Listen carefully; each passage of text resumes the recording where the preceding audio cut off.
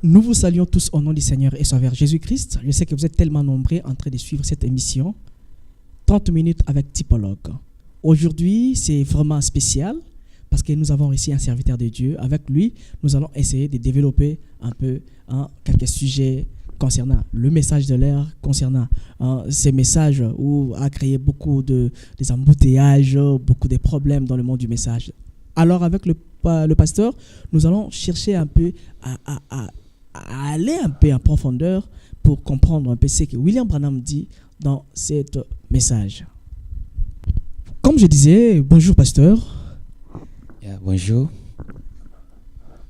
C'est le pasteur James de l'église Menorah Tabernacle, Menorah Church à Maitland, précisément à Cape Town, en Afrique du Sud. Pasteur, pouvez-vous nous parler un peu qui est le pasteur James? Ok, merci beaucoup pour cette opportunité que vous m'avez accordée. Je suis, comme vous l'avez dit, le frère James Umpa Zenga. Je suis né à Kinshasa et puis je suis venu ici à Cape Town depuis 2004. Et c'est là où nous avons, comme nous sommes arrivés ici à Cape Town, on a essayé de travailler pour Dieu, juste quand un pasteur nous avait reçu ici. Et puis on a travaillé avec lui jusqu'à ce que Dieu a ouvert notre chemin pour nous. Et nous avons commencé à travailler indépendamment. Et une église était née à Cape Town, comme vous l'avez dit, Menorah Church. Et puis nous avons essayé d'évoluer à Cape Town. Nous avons quitté Cape Town, Woodstock, Weinberg. Et nous sommes ici à Maitland. Et l'église évolue ici à Maitland par la grâce de Dieu. Et tout marche bien. J'ai 3 enfants, je suis marié. Et voilà comment Dieu nous conduit jusque-là. Ici. Alors, pasteur James, on sait que dans l'église du message, on dit toujours tel nom tabernacle. Mais ici, on voit Menorah Church. Avez-vous bien voulu créer la différence entre vous et d'autres pasteurs ou bien vous êtes spécial ou comment? Ok. Merci pour la question. Menorah Church, ce n'est pas pour faire se différencier des autres. C'est juste toute chose que vous faites ou nous faisons, vous devez avoir la révélation de cela. Et c'est une révélation qui m'était venue de donner ce nom-là, Menorah Church. Parce que c'est la promesse qui a été, n'est-ce pas, donnée pour ces derniers jours. Parce que moi-même, William Branham Tabernacle, mais aujourd'hui on voit Menorah Church, donc c'est une différence là. Oui, parce que le tabernacle et l'église, parce que Church c'est l'église. Le tabernacle en soi c'est toujours l'église. Parce que le tabernacle c'est une maison. L'église c'est une maison. En fait, il n'y a pas une grande différence. Ouais. Une église élit le tabernacle de Dieu vivant. Voici le tabernacle de Dieu avec les hommes. Ouais, il va habiter. Donc c'est une maison, un corps ou un endroit où Dieu habite avec les hommes. Une église, ce n'est pas une grande différence avec tabernacle, c'est la même chose. Donc église et tabernacle. Donc si on comprend bien, église et tabernacle, c'est la même chose. Oui, c'est ça. Donc une église c'est une personne, tabernacle c'est une personne. Oui.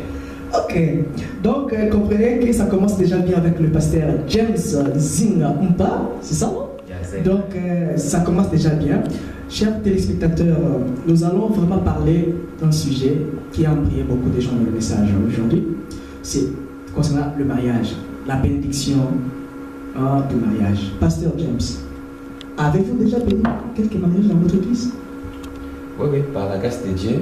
C'est déjà arrivé. C'est déjà arrivé. Alors comment ça évolue? Comment ça marche? Selon William Branham. Ok, merci pour la question. Le mariage, c'est une institution que Dieu lui-même a instaurée. C'est comme le prophète nous a enseigné, on y entre avec, n'est-ce pas, la prière, avec la révélation. C'est un endroit, c'est un terrain très glissant. Comme il a dit, si vous vous mariez mal, il dit que vous allez passer votre enfer sur la terre. Donc vous y entrez avec la prière et Dieu va vous aider, va vous assister réellement pour trouver votre partenaire, que vous allez faire route ensemble, ouais, pour ces voyages ici de la terre. Alors le mariage, comme j'ai toujours enseigné les jeunes gens, quand vous voulez vous marier, ne cherche pas à suivre la beauté, ne cherche pas à suivre les yeux beaux, voyez, les dents blancs, toutes ces choses. Cherchez à trouver le caractère. Et le caractère, ce n'est rien d'autre. Hein. Ce n'est pas qu'une femme qui ne parle pas beaucoup, une femme qui ne fait pas beaucoup de bruit, non. Le caractère, c'est la parole. Vous devez trouver une fille qui incarne la parole de Dieu. Vraiment, qui répond, n'est-ce pas, à cette parole. Et quand vous trouvez une femme pareille ou un homme pareil, alors là, vous aurez trouvé du bonheur. Parce que le bonheur, là, on parle, c'est la parole de Dieu. Celui qui trouve une femme trouve le bonheur. Toujours la parole. Alors, quand vous trouvez une fille comme ça, et vous venez, et vous faites des engagements, parce qu'il y a 3 étapes, comme vous le savez, dans le mariage. Vous voyez, il y a la fréquentation, et puis il y a les engagements, proprement dit, et puis il y a le mariage qui est arrivé à son accomplissement. Et quand vous passez ces 3 étapes, alors le pasteur béni vérifie votre vie si vous n'étiez pas marié avant, et puis si vous n'avez pas connu, n'est-ce pas, un dérapage dans votre vie, et s'il n'y a rien, là on vous consacre et voilà que vous commencez votre vie. Comment comprendre cela qu'aujourd'hui dans le message, une sœur née dans le message, un frère aussi né dans le message, mais le jour de la bénédiction, vous voyez une sœur apparaît, c'est comme une petite Jézabel, là, des maquillages et consorts. Alors, le pasteur doit bénir le mariage comme ça, ou bien il doit dire à la sœur, va laver d'abord ta figure et puis tu vas revenir. On voit ça aujourd'hui dans le monde du message. Hein? Oui. Ou soit encore, c'est vous le pasteur qui permet encore aux croyants de pouvoir apparaître comme ça. Je ne crois pas que le pasteur, c'est comme le prophète le dit, vous savez, il dit l'enseignement, c'est la colonne vertébrale d'une église ou des gens. Et beaucoup de gens ne sont pas enseignés correctement. C'est pourquoi vous voyez, quand il y a des fêtes, les gens manifestent leur nature pendant les fêtes, pendant des manifestations. Les gens montrent réellement ce qui sont au vrai jour. Alors, le cerf qui vient dans le mariage maquillé, faire ces choses-là, non, c'est contre la parole. On ne peut pas permettre ça. C'est pas parce que c'est votre jour du mariage, vous voulez vous permettre de faire n'importe quoi. La Bible, frère Branham, le message interdit le maquillage. Frère Branham le dit, la Bible, il dit la première femme à être maquillée, c'était Jézabel, vous connaissez cela. Il dit cela écoutez-les, la bouche là, écoutez-les. Il dit cela que non, c'est cette femme-là qui s'est maquillée, alors vous connaissez sa suite. Les chiens l'ont mangé. Donc, c'est-à-dire que Dieu n'avait pas aimé cela. Et c'est aussi dans la Bible, les gens qui vont lire cela dans 2 Rois, chapitre 9, le verset 30. Vous pouvez voir ça là-bas. 2 Rois 9, 36. Vous allez voir que c'était passé parce que c'était maquillé. Et Dieu n'était pas content. Et Dieu a donné sa chair aux chiens. Donc le maquillage, on ne permet pas cela, même si moi, quand il s'arrive dans mon église, je dis à la sœur d'aller laver la figure directement. Mais vous voyez, c'est son jour quand même, il doit apparaître quand même très joli, comme ça. Mais si vous la dites encore, va laver ta figure pour apparaître pour la bénédiction, vous ne voyez pas qu'elle sera blessée. Soyez quand même gentil, pasteur. Non, la beauté là dont on parle, c'est la beauté intérieure. Ah, ok. Ça veut dire qu'il doit être naturel. C'est pas dit que quand... C'est pourquoi j'ai toujours dit aux frères, quand vous épousez une soeur ou une femme, n'allez pas... il faut toujours la visiter pendant même... Allez même très tôt matin. De vous toquer la porte, vous voyez que la femme vient se réveiller. Vous allez voir. Parce que quand vous allez chaque fois là, il s'est lavé, il a mis le masque. Vous n'allez pas comprendre si elle est belle ou quoi là. Parce qu'aujourd'hui là, la beauté, le maquillage, dit que, le prophète dit que non, les produits de beauté on rend tellement des femmes belles. C'est difficile de voir une femme laide aujourd'hui. Alors, il faut une femme, quand elle se réveille, sa beauté là, avant qu'elle prenne bain. Ouais, c'est sa beauté naturelle.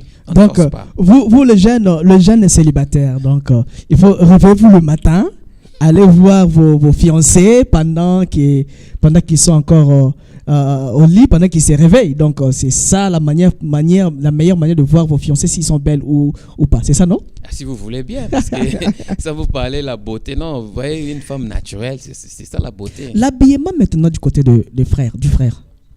Pasteur, de ce qui est de l'habillement du jour de la cérémonie, nous sommes arrivés, on voit maintenant un frère musicien, comme le musicien mondain. Il apparaît avec des trucs un peu bizarres là. Quelle est votre réaction en tant que pasteur? Tu vois ton brebis, hein, ta brebis, il vient là avec des vestes là un peu compliquées, parce que c'est son jour, il doit apparaître quand même beau, bien habillé. Alors, qu'est-ce que ça vous fait quand vous voyez quelque chose comme ça? En tout cas, pour moi, je trouve que c'est vraiment désolant. Comme disait chaque fois le serviteur de Dieu, William Branham, disait si c'est quand il a vu la vision préalable de l'épouse, hein, quand il a vu ça, le frère Branham s'est fendu là en larmes. Il dit, mais si c'est ce que nous avons fait comme travail, Seigneur, efface-moi que je disparaisse. Parce qu'il a vu cette église-là mondaine, comment elle s'est comportée, comment elle marchait, tout cela, c'était de la mondanité. Alors c'était quelque chose qui lui avait vraiment, n'est-ce pas, attristé. Alors, les gens qui viennent comme ça, moi je trouve que c'est manque d'enseignement, voyez, parce qu'on ne peut pas suivre le rythme du monde. Les jeunes qui viennent, ils portent des habits collés, on appelle ça aujourd'hui, c'est slim, hein? Slim. Vous voyez, le fashion là, le pantalon vous colle là. Hein? C'est mais comme quand même, pasteur, il faut être à la mode. Il faut être à la mode quand même. Les saucissons là, je sais pas, les jambons là, les boudins. Non, c'est-à-dire que non, il faut être, n'est-ce pas, égal à vous-même. Il ne faut pas suivre les trains du monde. Ouais? Parce que les choses du monde ici, c'est animé avec Dieu. Un frère ou des jeunes gens qui viennent comme ça, et ils portent selon le modèle de Hollywood, hein, des Bookie Bougie, des choses comme ça. En tout cas, les suivre Elvis Presley, comme dit le prophète. Mais les jeunes aujourd'hui, ils disent que non, William Branham lui-même était un bon sapeur, donc il s'habillait très bien. Et vous regardez des photos de William Branham, vous allez voir William Branham en jean, et il a plus un peu quand même de manches, sa chemise. Oui, s'habiller bien, ce n'est c'est pas... aussi slim. En quelque sorte. Non, s'habiller bien, ce n'est pas avoir le fashion. Vous pouvez acheter vos habits qui sont chers, bien propres, vous portez, c'est pas mauvais. Mais quand vous suivez les fashion, vous suivez les stars des movies, des cinémas, c'est ça qui devient un peu difficile. Voyez? Alors moi, je conseille toujours aux jeunes gens de créer eux-mêmes. Hein? C'est-à-dire qu'ils doivent être égaux à eux-mêmes. Il ne faut pas suivre quelqu'un ou bien la manière de vous coiffer, la manière de vous comporter, vous parler. Vous devez être égal à vous-même. Vous ne pas suivre un modèle, le mouvement, Zolanda, Malandangul, comment tu dis. Donc vous devez être égal à vous-même et puis rester dans le cadence de la parole de Dieu. Suivre ce que dit la parole. Il disait, il faut être égal à vous-même. C'est un message pour vous les jeunes d'aujourd'hui, pour nous tous les jeunes, hein, la jeunesse d'aujourd'hui. Donc, c'est un bon message pour nous. Alors, notre sujet d'aujourd'hui, c'est Pasteur, William Branham a-t-il permis qu'au jour du mariage, au jour de la cérémonie, de la bénédiction nuptiale, que le marié s'embrasse du haut de la chair? Pasteur, aujourd'hui, on voit dans des églises, quand on dit qu'il faut, au moment de la bénédiction, on dit embrassez-vous. Maintenant, on vous autorise. C'est l'autorisation que les jeunes prennent. Non? Alors, il faut enlever la voile pour découvrir si réellement était ta femme. Oui, ça s'enlève, bien sûr, oui. Et après cela, c'est le baiser. Quand même, c'est bon, il faut être gentil. Parce que la Bible nous dit, il faut vous saluer avec un saint baiser. Alors, on voit aujourd'hui des tire-langues et consorts. Est-ce que William Branham, pendant qu'il bénissait le mariage, il a-t-il permis des choses comme ça? Ou bien c'est vous, le pasteur d'aujourd'hui, qui donne quand même l'accès aux gens de pouvoir faire des choses comme ça? Ok, merci beaucoup pour la question. Je trouve que c'est une question qui fait un peu couler beaucoup de l'encre. Non, vous savez, beaucoup de gens sortent de l'alignement. C'est ce qui se passe. Vous voyez, quand le messager n'est plus physiquement, et puis les gens qui viennent après essaient de sortir, n'est-ce pas, de ne pas rester dans le cadence, dans le rythme, n'est-ce pas, la symphonie, n'est-ce pas, du compositeur. C'est là où est le problème. Parce que le prophète lui-même dit, je vais lire cela parce que je vais rester avec la pensée du prophète. Votre vie est-elle digne de l'évangile, paragraphe 90. Ok. Écoutez ce que le prophète dit, prêchait cela en 1963, le 30 juin, et le soir. Le prophète dit ceci: si cette femme, peu importe qu'elle soit innocente, elle se peut qu'elle n'ait jamais rien fait de mal, et qu'elle n'ait même jamais eu à la pensée d'agir mal.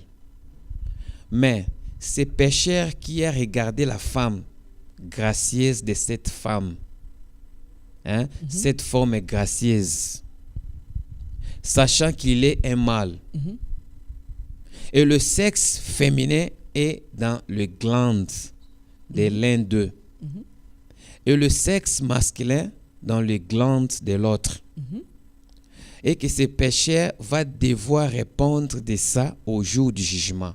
Ok. Qui l'a fait? Qui est responsable? Pas lui, mais vous. Voilà, c'est immoral. Donc là, vous comprenez directement, le prophète ici, il explique des glandes. Il dit que ça se trouve dans le lèvre. Alors là maintenant, il fait référence et ça s'encadre avec la Bible. Parce que là, Jésus avait même dit, celui qui regarde une femme pour la convoiter a déjà commis l'adultère avec elle. Maintenant, le prophète vient ici dire que non, les glandes, il dit que la forme gracieuse de la femme, vous voyez les femmes qui portent des habits collés, ça montre leur forme. Il dit que quand les hommes regardent, il dit qu'ils commettent l'adultère. Et le prophète dit que non, parce que les glandes, il invoque les glandes. Il dit que les glandes femelles ou les glandes masculines, ça se trouve, n'est-ce pas, dans le corps ou bien dans la bouche, dans le lèvre, c'est ce qu'il a dit là. Et maintenant, pour bien que j'ai parlé beaucoup des glandes. Maintenant, les glandes là, c'est quoi? Parce que la parole de Dieu, quand frère Branham dit que, ou bien quand on dit quelque chose, vous devez chercher à comprendre l'importance de ça veut dire quoi? Les glandes. Comme on peut dire, la parole de Dieu, c'est comme l'uranium. Maintenant, il y a beaucoup de gens qui ne connaissent pas l'uranium. L'uranium, c'est quoi? Vous devez entrer chercher l'uranium, c'est quoi? Qu'est-ce que fait l'uranium? Là, vous aurez l'idée de ce que les prophètes voulaient dire. Quand il dit que les glandes, vous devez savoir les glandes, c'est quoi? Or, quand vous avez l'anatomie, les glandes, ce sont des organes, n'est-ce pas, qui sont dans les animaux ou dans les végétaux. Il dit que ce sont les glandes qui sécrètent des substances. Vous voyez? Ça sécrète des substances. Et ces substances-là, il dit, laissez-moi un peu avoir ça vite là, si j'ai quelque chose ici là. Écoutez, je vais juste vous donner ça correctement. Il dit, les glandes, ce sont juste comme pour définition, c'est l'organe animal ou végétal dont les cellules produisent une sécrétion. Okay. Vous voyez? Et puis, il dit, organe dont la fonction est de sécréter, puis de sécréter certaines substances, soit dans le sang ou soit à l'extérieur de l'organe.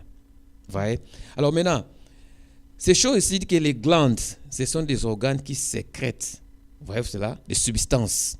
Donc on dit quand les gens s'embrassent à la bouche, dit que ça crée, dit que c'est l'adultère. Okay. Frère Branham dit ça, c'est un adultère puis en public. Et maintenant, quand les gens s'embrassent avec la bouche là, et c'est ce organe là qui se sécrète. Et c'est ça qui crée, il dit que Dieu avait mis là-bas pour repeuper la terre, pour, n'est-ce pas, fabriquer des enfants. Maintenant, quand les gens viennent à l'église c'est un endroit, bon, nous savons que c'est un endroit où Dieu est là, les enfants sont là, nous avons des enfants, nous avons des beaux-pères, de la famille qui est là. Et puis quand les gens viennent et puis s'embrassent comme cela, bon, moi je trouve que c'est contre ce que le prophète dit ici. Donc vous aussi vous êtes contre ça aussi. Oui, ils ne peuvent pas faire ça parce qu'ils s'embrassent là et ce sont des choses. Frère Branham dit déjà, je vais un peu lire ça vite. Écoutez ce qu'il dit encore dans le lieu d'adoration auquel Dieu a approuvé. Paragraphe 201. Écoutez ce qui est dit. Saviez-vous qu'un homme qui embrasse une femme moralement tenu de l'épouser, c'est un acte sexuel potentiel. C'est-à-dire que tout le monde là qui s'embrasse du haut de la chair, c'est-à-dire qu'il fait cet acte-là du haut de la chair en public. Exactement ce que dit la parole. Il dit que c'est un acte sexuel potentiel. Maintenant, vous, attaquez un pasteur, vous avez un message à donner à vos collègues pour leur dire que ceux qui sont en train de permettre là aux jeunes gens de l'église de pouvoir s'embrasser du haut de la chair, de commettre l'acte du haut de la chair, de pouvoir laisser. Non,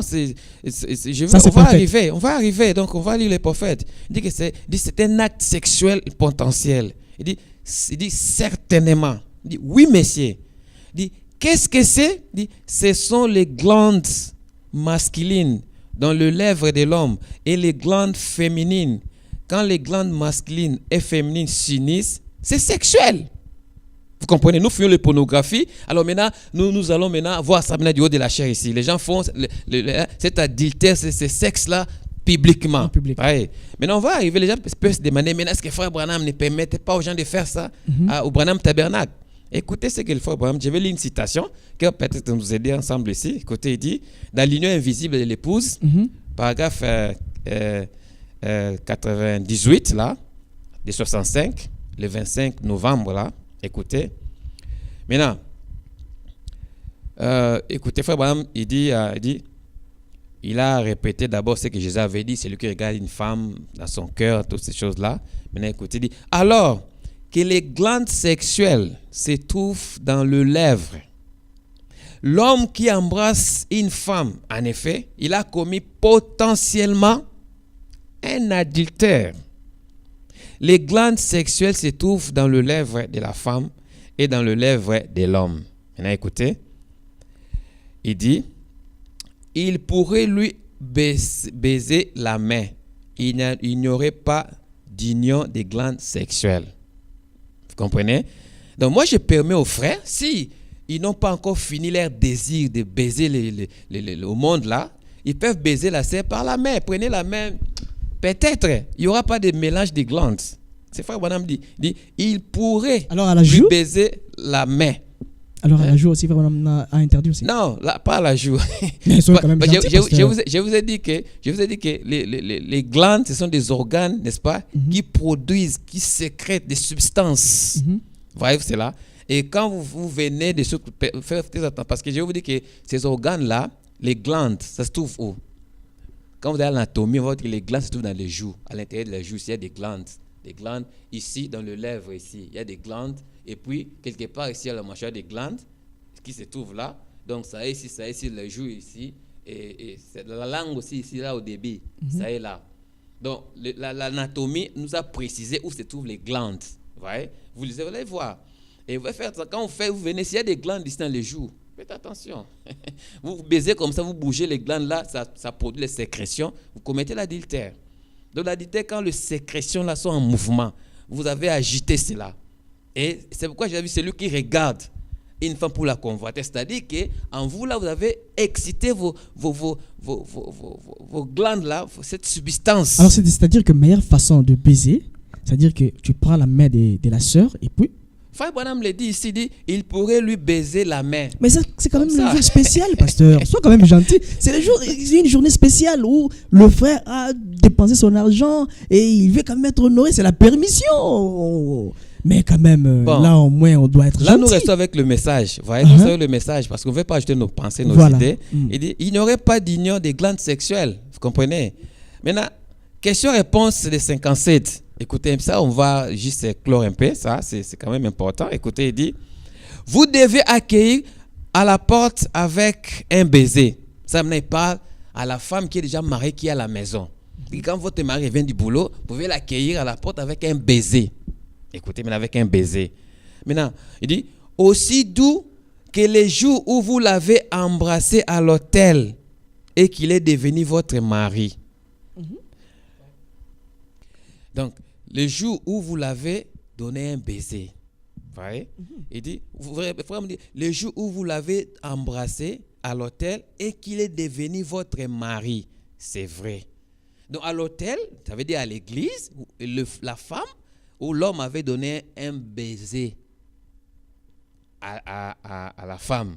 Quand il revient du boulot, embrasse-le et donnez-le un baiser comme vous l'avez fait. Hein? Au jour où vous l'avez embrassé à l'autel et qu'il est venu votre mari. Donc, embrasser. Donc l'homme doit embrasser. Maintenant, on doit savoir embrasser, c'est comment? Parce que l'autre personne crée la différence. Il se dit que si, comme on dit en anglais, give me hug. C'est-à-dire que la personne vient comme ça, c'est aussi embrasser. Et l'autre aussi, c'est dans le baiser. Maintenant, comment on peut différencier toutes ces histoires-là? Maintenant, on veut réellement comprendre aujourd'hui, parce que dans la, comment dirais-je, quand on est à l'autel, c'est-à-dire là où le Saint-Esprit descend pour apporter la parole, c'est un lieu saint, c'est sacré. Donc, on ne doit pas mener nos pensées là-dedans, n'est-ce pas? On doit normalement apporter quelque chose qui va édifier les enfants de Dieu. Alors aujourd'hui, c'est les contraires. Dans des églises, beaucoup des églises, on voit ça. Alors, si maintenant, selon ce que vous venez de dire, si c'est vrai, alors d'autres pasteurs n'ont pas ils ont lu ça, ou bien ils font ça par ignorance, ou comment? Non, comme je vous avais dit au début, c'est le problème d'enseignement. Vous voyez, l'enseignement, c'est la colonne vertébrale. Quand les gens ne sont pas enseignés, c'est la confusion, c'est tout des babel, ce qui arrive. Hein? Comme il dit que non, c'est les jours, hein, au jour où vous l'avez embrassé à l'autel. On devait voir maintenant embrasser, ça veut dire quoi? Prenons la définition d'embrasser, ça veut dire quoi? Donc, nous allons toutefois continuer cette émission. Donc là, notre réalisateur, notre précieux bien-aimé Shadrach Boudjoumou, donc c'est notre réalisateur, notre caméraman. Il nous signale déjà que le temps est avancé. Alors, on n'a attaqué personne. C'est juste une émission. Si vous avez des écritures où Frère Branham a permis que ça peut se passer comme ça, appelez Typologue par notre numéro qui est toujours affiché là, ou bien écrit-nous. Nous allons aussi venir avec notre caméraman, avec nos réalisateurs, pour faire une émission avec vous. On n'a attaqué personne. C'est juste des écritures de William Branham, comme le révérend vient de lire tout à l'heure. Alors, on profite de ce pasteur. Vous avez un dernier mot pour aujourd'hui? En tout cas, je viens juste vous remercier pour cette opportunité, pour votre temps, m'avoir permis de répondre, n'est-ce pas, de faire cette émission. Vraiment, que Dieu vous bénisse. Que Dieu bénisse vous les enfants de Dieu, qui soient éveillés, qui restent avec les Écritures, le message, qui suivaient le message comme le disciple de Béret, contrôler chaque chose. Vraiment. Être sûr qu'ils sont dans la page, puis dans la cadence. Je crois que le sujet, ce n'est pas encore fini. On va toutefois revenir pour des imparties et parler de cela. Alors, donc, je profite de cette occasion pour dire un petit bonjour au révérend David Muzinga, donc de Kenos Tabernacle. Je te salue au nom de Jésus. Je salue aussi les pasteurs Joseph Motukala à Kinshasa. Donc, que Dieu vous bénisse. Pasteur Raphaël Sefou, je vous bénis. Je salue aussi donc, le pasteur Bovik Kadima, pasteur Billy Ngandu, le révérend Benny Luanga du Branham Tabernacle à Brazzaville. Donc je vous salue au nom du Seigneur Jésus-Christ. Et je salue aussi donc Maman Keren Kabongo. Que Dieu vous bénisse et on se sépare avec la musique. Bye.